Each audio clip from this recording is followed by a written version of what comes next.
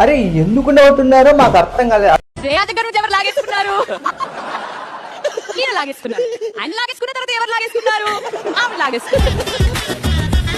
తాడుని కొట్టేవాడు ఒకడు ఉంటే వాడి తల కొట్టేవాడు ఇంకోడు ఉన్నాడు. అగా నీకు అన్ని తెలుసు కదా. అరే ఎందుకు నవ్వుతున్నారో మాకు అర్థం కాలేదు. అసలు ఎక్కడ నవ్వుతున్నారో కూడా మాకు అర్థం కాకుండా ఉంది. అసలు ఇట్లా నవ్వితే మేము ట్రెండ్లోకి వెళ్తాం, లేదంటే పాపులర్ అవుతాం అంటే కానీ మేము కూడా నవ్వుతాం. ఎందుకు యూట్యూబ్ వాళ్ళు ఇలా కష్టపడేది అండ్ వీడియోస్ ఎక్కడెక్కడో దూరం వెళ్ళి మన ఇండియాను వదిలి కూడా వెళ్ళి తీస్తున్నారు కష్టపడి. వాళ్ళు కూడా చాలా ఇయర్స్ కష్టపడితే కానీ సక్సెస్ కాదు.